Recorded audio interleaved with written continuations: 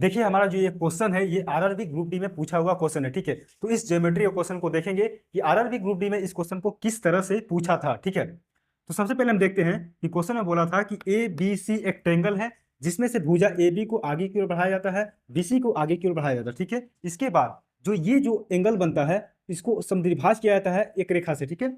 और इसके बाद जो ये जो एंगल बन रहा है इसको भी समद्विभाज किया जाता है, और दोनों रेखा जहां जाकर मिलता है ओ पॉइंट पे उसका ये जो अंदर वाला जो एंगल है उसका मान कितना होगा, यदि मेरा क्वेश्चन में एंगल ए का मान दिया हुआ है, ठीक है। तो देखिए इस क्वेश्चन को हम मतलब अगर हमको प्रमेय नहीं पता है तो इस क्वेश्चन को भी हम बना सकते हैं, लेकिन सबसे पहले हम आपको बताएंगे कि प्रमेय से इस क्वेश्चन को कैसे बनाएंगे। इसके बाद हम बताएंगे कि अगर हमको प्रमेय नहीं पता है तो हम इस क्वेश्चन को कैसे बनाएंगे। तो सबसे पहले हम देखेंगे कि यहाँ जो थीटा होगा वो डायरेक्ट हम 90 में अगर हम एंगल ए का आधा करके माइनस कर देंगे, ठीक है, माइनस कर देंगे तो मेरे यहाँ पर एंगल थीटा निकल जाएगा। तो देखिए 90 माइनस एंगल ए 76 है, 76/2 किए तो कितना काटे कितना हो गया 38। अगर हम 90 में से 38 को घटा देंगे तो मेरा कितना आंसर आ जाएगा यहाँ पर देखिए 52 डिग्री। तो ये हो जाएगा मेरा आंसर, यहाँ कितना हो जाएगा 52। तो यहाँ कितना हो जाएगा मेरा 52 डिग्री, ठीक है। अगर हमको ये जो प्रमेय हम लिखे हैं इस प्रमेय अगर हमको नहीं पता है तो इस क्वेश्चन को कैसे बनाएंगे। हो सकता है कि ये वीडियो थोड़ा लंबा हो जाए, पर इस तरह का ज्योमेट्री का क्वेश्चन ग्रुप डी एनटीपीसी में अक्सर पूछे जाते हैं। तो इस क्वेश्चन को देखिए कि हम किस तरह से बनाएंगे। इस क्वेश्चन के बाद आपको इस तरह का आने वाला जितना भी क्वेश्चन होगा वो क्वेश्चन आपसे मतलब तुरंत बन जाएगा, ठीक है। देखिए अब हम इस क्वेश्चन को बिना प्रमेय से बना के दिखाते हैं कि इस क्वेश्चन कैसे बनेगा। तो देखिए सबसे पहले ए बी और सी एक ट्रेंगल है, और एक ट्रेंगल का जो अंदर का पूरा एंगल होता है वो कितना होता है 180 डिग्री होता है, ठीक है। अगर हमको इस ट्रेंगल में ए का मान एंगल ए का मान पता है तो हमको बी और सी का दोनों का योग का मान हमको पता चल जाएगा। तो यहाँ पे हमको बी और सी का दोनों का योग का मान कितना हो जाएगा, तो 180 माइनस अगर 76 कर देंगे तो यहाँ पे मैं निकल के आ जाएगा 104 डिग्री, ठीक है। तो एंगल जो अंदर का जो है एंगल सी और एंगल बी का मान मेरा आएगा 104 डिग्री, ठीक है।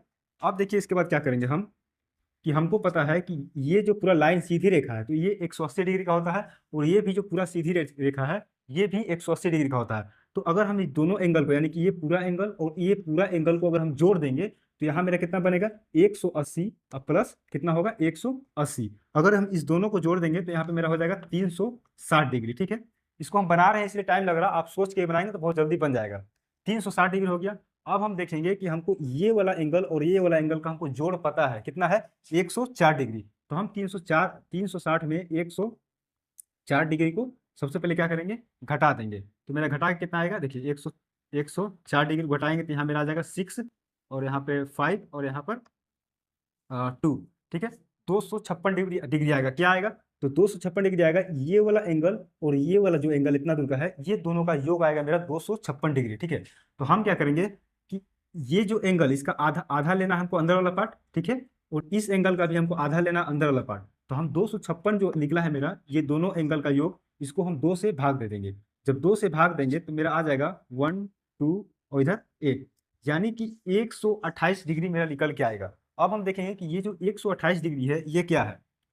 तो एंगल जो देखिए एंगल जो बी ये जो बना रहा है मेरा ये है 100, ये और एंगल जो सी ये जो बना रहा ये दोनों का मान अगर हम जोड़ रहे हैं ये दोनों का मान तो आ रहा मेरा 128 डिग्री, ठीक है। क्योंकि ये पूरा का मान और ये पूरा का मान मेरा 256 था, हम उसका आधा कर दिए तो सिर्फ हमको निकला इसका आधा मान मतलब इसका पूरा मान और इसका पूरा मान 128 डिग्री। अब हम क्या करेंगे कि ये देखिए ये पूरा एक ट्रेंगल बन रहा, इस ट्रेंगल में हमको इसका मान और इसका मान पता है कितना 128 डिग्री, ये दोनों का मान हमको पता है कितना 128 डिग्री।